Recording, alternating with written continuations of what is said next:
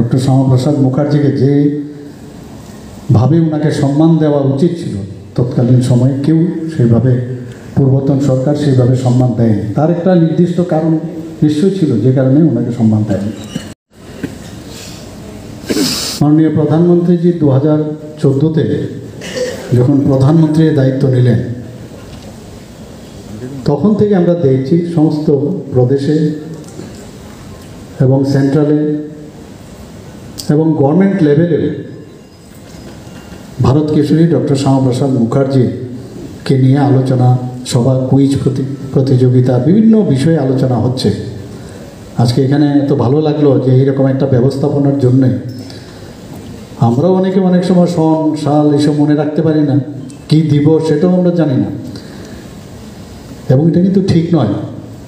কারণ এমন একজন লিজেন্ড ব্যক্তি, এমন এক ফ্যামিলির মানে সুপুত্র, সবাই জানেন স্যার আশুতোষ, মানে বাংলার বাঘ যাকে বলে, আশুতোষ মুখোপাধ্যায়ের কৃতি সন্তান।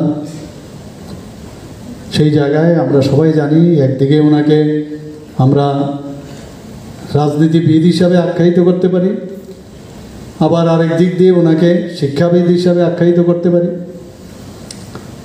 আবার স্বাধীন চেতা, দেশের জন্য যে ভাবনা, রাষ্ট্রবাদী চিন্তাধারা একজন জননায়ক হিসাবে ওনাকে চিন্তা করতে পারি। সব দিকে পড়াশোনার বিষয়ে কথা হয়েছে, যেখানে উনি যে ডিগ্রি লাভ করুন সব জায়গার মধ্যে প্রথম স্থান ওনার। এইরকম একজন কৃতি সন্তান মাত্র 33 বছর বয়সে ক্যালকাটা ইউনিভার্সিটির ভাইস চ্যান্সেলর হওয়া চারটিখানি কথা নয়। এবং ওই সময়ে ক্যালকাটা ইউনিভার্সিটিকে অক্সফোর্ড ইউনিভার্সিটির সাথে তুলনা করা হতো। এইরকম ইউনিভার্সিটির উনি ভাইস চ্যান্সেলর, সর্বকনিষ্ঠ ভাইস চ্যান্সেলর। এবং ওনার সময় আমরা দেখেছি যে ক্যালকাটা ইউনিভার্সিটিতে যা যা ডেভেলপমেন্ট ওনার সময় হয়েছে,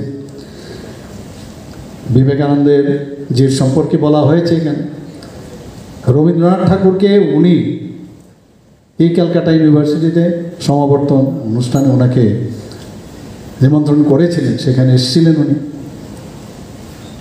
এবং সেখানে উনি বাংলার বিষয়ে, ক্যালকাটায় তৎকালীন সময়ে তো ইংরেজ পিরিয়ড ছিল, তো সেই জায়গায় উনি বাংলাকে যেভাবে উনি এস্টাবলিশড করেছেন ওখানে, বিভিন্ন এটাকে ভাষা হিসাবে ওখানে উনি প্রতিষ্ঠিত করেছেন।